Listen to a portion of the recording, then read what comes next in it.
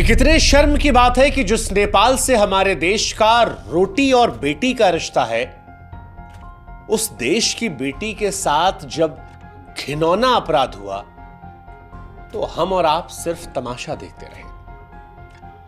ये कितने अफसोस की बात है कि जिस देश के साथ हमारे गहरे संबंध हैं, उस देश की बेटी के साथ हमारे यहां पाप हुआ और हम और आप कुछ नहीं कर पाए। जिस देश से हमारा सांस्कृतिक और संस्कारों का नारा है, उस देश की बेटी के साथ जब अत्याचार हुआ तो हम तमाशबीन बने रहे। KIIT यूनिवर्सिटी में नेपाल की बेटी पढ़ने आई थी, कुछ बनने के लिए आई थी, बेहतरी के ख्वाब बुनने आई थी, मगर एक आवारा बदमिजाज लड़के की वो शिकार हो गई।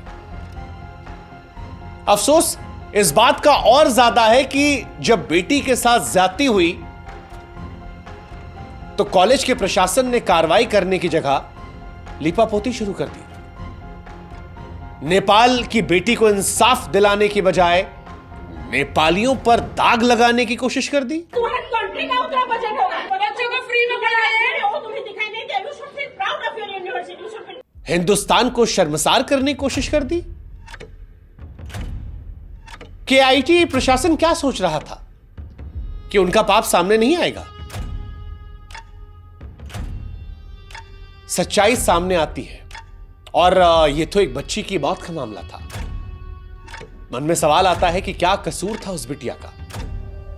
यह कसूर था कि वो नेपाल से ओडिशा पढ़ने के लिए आई थी, ये कि वो लिंगा इंस्टीट्यूट ऑफ इंडस्ट्रियल टेक्नोलॉजी में कंप्यूटर साइंस पढ़ रही थी, ये कि वो एक आवारा बदमिजाज और बदतमीज लड़के के साथ रिलेशनशिप में थी, या ये कि वो हमारे पड़ोसी देश की नागरिक थी, उस देश की नागरिक जहां से माता सीता खुद हिंदुस्तान आई थी। सच कहें तो कोई कसूर नहीं उस बेटी का, ऐसा कोई कसूर नहीं है जिसके लिए प्रकृति को अपनी जान गंवानी पड़ती, मगर उसे जान गंवानी पड़ी।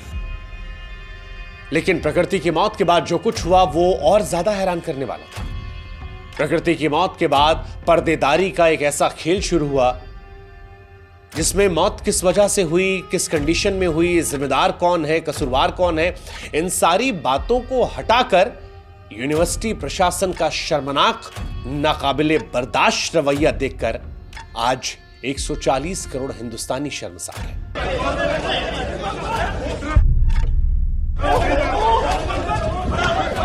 प्रकृति की संदिग्ध मौत के बाद KIIT ने नेपाल के सारे छात्रों को बंधक बना लिया, उनके मोबाइल फोन छीन लिए ताकि इस मौत के बारे में किसी और को बता ना सके।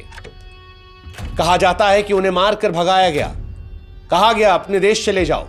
छात्रों ने विरोध जो किया था उसके वीडियोस देखकर हम सब शर्मसार हैं। अब ये जो वीडियो हम आपको दिखाने वाले हैं, इसे देखकर हमें हिंदुस्तानी होने पर शर्म आ रही कि ऐसे लोग भी हमारे देश में रहते हैं।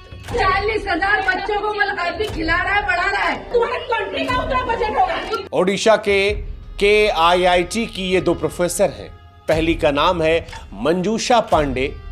मंजूषा नेपाली छात्रों से कहती हैं कि 40,000 छात्रों को मुफ्त में खाना खिलाती हैं।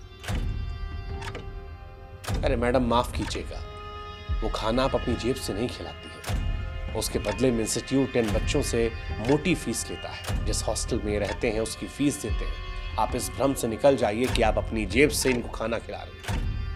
और दूसरी प्रोफेसर, वो इनसे भी 4 कदम आगे, नाम जयंती नाथ, नेपाल के छात्रों को बता रही हैं कि जितने का वो छात्रों को खाना खिला रही हैं वो उनके देश नेपाल के बजट के बराबर है।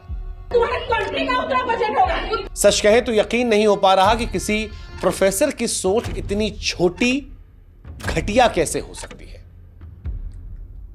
वो भी इस स्थिति में जब एक लड़की की मौत हुई है, संदिग्ध परिस्थितियों में मौत हुई है, उसने बार बार शिकायत की थी, उसकी शिकायत पर कार्रवाई नहीं हुई, उसके बाद वो कदम उठाती है और उसके बाद टीचर्स का ये रवैया। बाकी जो छात्र थे उनके मन में जो भय निकला उसको समाप्त करने की जगह पर सच को छिपाने की ऐसी निम्न स्तरीय कोशिश, अपराध की पड़ताल करने की बजाय उनको औकात दिखाने की कोशिश। और यह सब किसके लिए? एक फूहड़ बदतमीज आवारा लड़के को बचाने के लिए? आप में से कई लोग होंगे जो कहेंगे कि हम फूहड़ बदतमीज आवारा क्यों कह रहे हैं। जिसलिए कह रहे हैं उसका प्रमाण ये ऑडियो है। अजय कुछ माफ कर दो। बोल मेरे मुंह मतलब मत सच बताना, कुछ उल्टा सीधा कर दूंगा। पूरा दिन शांति से रात जब आती आती है। माफी मांग गया, मैंने कुछ चीज को समझ निकाल यहाँ से।